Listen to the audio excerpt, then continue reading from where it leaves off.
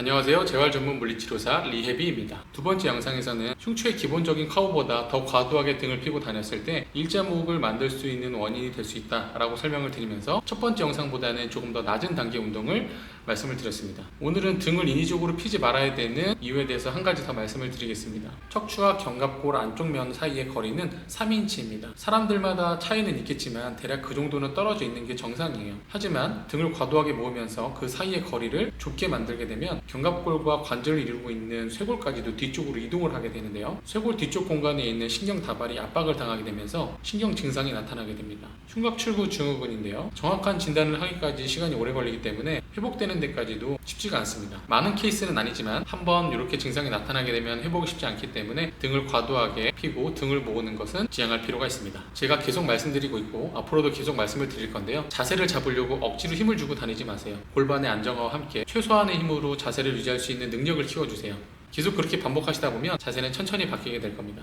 오늘의 운동은 이제까지 했던 것보다 난이도가 조금 더 높습니다. 순서상으로 보면 두 번째 영상이 제일 쉽고요. 그 다음에 첫 번째, 그 다음에 오늘 영상입니다. 그러니까 운동이 어려우신 분들은 그 순서대로 운동을 해주시면 좋을 것 같아요.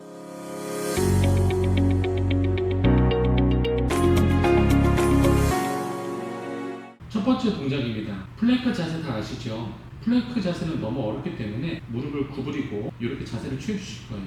여기에서 가슴을 바닥과 가까워지게 했다가 천천히 밀어주세요. 가슴이 앞으로 나가면 견갑골 두 개가 모아질 겁니다. 견갑골 두 개를 살짝 모았다가 일부러 견갑골 두 개가 멀어지게 만들 겁니다. 움직임의 주체를 등이라고 생각하시고 여기서 이렇게 미는 분들이 있을 때요. 이렇게 미는 게 아니라 여기서 턱과 이 쇄골 부분을 밀어준다라고 생각하시면 좋을 것 같습니다. 그렇게 해서 위로 올렸을 때 이 머리에서부터 골반까지의 척추의 중립 자세를 유지시켜 줄 수 있으면 좋을 것 같아요.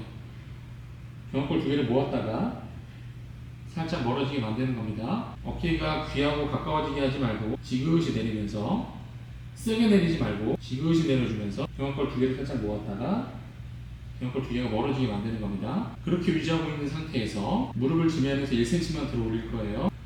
그렇게 됐을 때도 척추의 중립 자세를 유지하고 견갑골의 위치가 변하지 않게 유지시켜 주시면 좋을 것 같아요. 이렇게 하시면 견갑골의 안정화와 골반의 안정화가 동시에 이루어지게 됩니다. 흉추를 부드럽게 만들어주기 위한 운동입니다. 저번에는 누운 상태에서 몸통 회전하는 동작을 했었죠. 이번에는 한쪽으로 무릎을 구부리고 이렇게 있는 상태에서 세운 쪽의 다리 반대손으로 다리를 잡고 무릎을 잡아주세요. 그리고 세운 다리의 같은 쪽 손은 뒤통수에 손을 얹어주세요. 그리고 이 다리가 흔들리거나 몸통이 흔들리지 않게 유지하면서 몸을 이렇게 돌려주실 겁니다. 끝에서 후 하면서 몸에 힘을 빼고 조금 더 갈 수 있는 데까지 가주시면 됩니다. 끝에서 후 뱉고 제자리. 움직이는 걸 목으로 너무 과도하게 가거나 팔이 너무 이렇게 가게 하지 마시고요.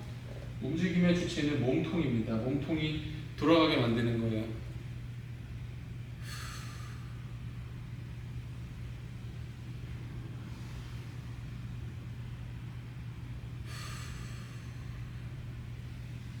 무릎이 불편하신 분들은 이렇게 수건이나 쿠션을 대고 하시거나 만약에 이렇게 했는데도 무릎이 불편하신 분들은 그냥 옆으로 돌아 누운 상태에서 하셔도 괜찮습니다. 약해진 근육의 활성화입니다. 등을 벽에 기대고 다리를 앞으로 살짝 빼주고 있으실 거예요. 그렇게 있을 때 내가 마치 바닥에 누워있는 상태다라고 생각을 해주시고요. 척추의 중립 자세를 잡아놓고 있으실 겁니다. 허리와 벽의 사이의 거리는 대략 손가락 하나 정도 들어갈 수 있게 만들어 주시고요. 그리고 뒤통수는 꼭 벽에 붙이고 있지 않으셔도 괜찮아요. 낮은 베개, 쿠션을 대고 있다고 생각하고 앞으로 살짝 빠져 있어도 괜찮지만 턱이 너무 앞으로 들려 있지 않은 살짝 당겨놓고 있는 상태를 유지해주고 있으시면 좋을 것 같습니다. 이 팔을 옆으로 벌릴 건데요. 벌릴 때도 이쪽 면이 벽에 꼭 붙어 있지 않으셔도 괜찮습니다.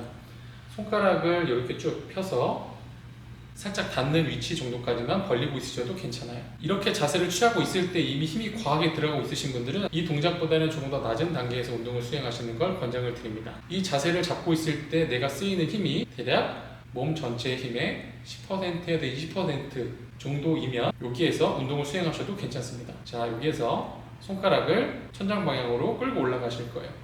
끌고 올라갈 때도 허리가 들리지 않고 그대로 척추의 중립 자세를 유지시켜 줄 수 있으면서 어깨가 과하게 역습되지 않고 지그시 내려놓고 있는 상태를 유지시켜 주고 있으세요. 그리고 천천히 내려놓고, 내가 타겟으로 삼은 견갑골 주변에 있는 중부 승모근, 하부 승모근 쪽에 힘이 잘 들어가고 있다면 운동이 잘 되고 있는 겁니다. 어깨를 지그시 내려놓은 상태에 확 내리지 마세요. 지그시 내려놓고 있는 상태에서 운동을 해주시면 좋습니다.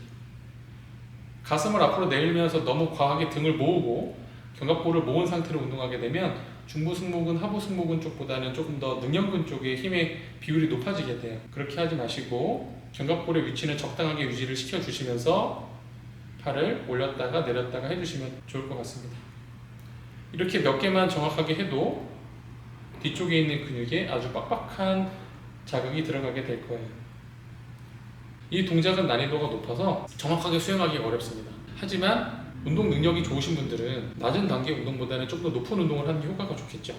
그래서 두 번째 운동도 쉽고 첫 번째 운동도 쉬우신 분들은 이 동작을 수행해 보시는 걸 권해드립니다. 골반의 안정화와 척추의 중립 자세를 유지할 수 있는 능력을 계속해서 강조드리고 있는데요. 만약 그게 힘드신 분들은 억지로 자세를 잡고 운동하지 마시고 단계를 낮춰서 수행하시는 걸 권장드립니다. 적절한 힘으로 그 자세를 유지할 수 있는 상태에서 운동을 수행하셔야 운동 효과도 좋고 그로 인해 통증이 나타나는 것을 예방할 수 있거든요. 오늘 동작을 무리 없이 수행할 수 있으신 분들은 계속해서 진행을 해주시고요. 혹시라도 원하신다면 조금 더 어려운 단계의 운동도 소개를 해드리겠습니다. 만약에 오늘 가르쳐드린 운동이 어려우신 분들은 더 낮은 단계에서 운동을 해서 천천히 단계를 올려놓고 이 동작까지 올라와 주시면 됩니다. 자세는 내가 어떻게 근육을 써왔느냐에 따른 결과물이기 때문에 단기간에 바꾸기가 어렵습니다. 운동으로 통증도 개선하고 자세도 개선하려면 제가 말씀드린 대로 내 운동 능력에 맞게 단계별로 수행을 해주시면 좋을 것 같아요. 아시겠죠?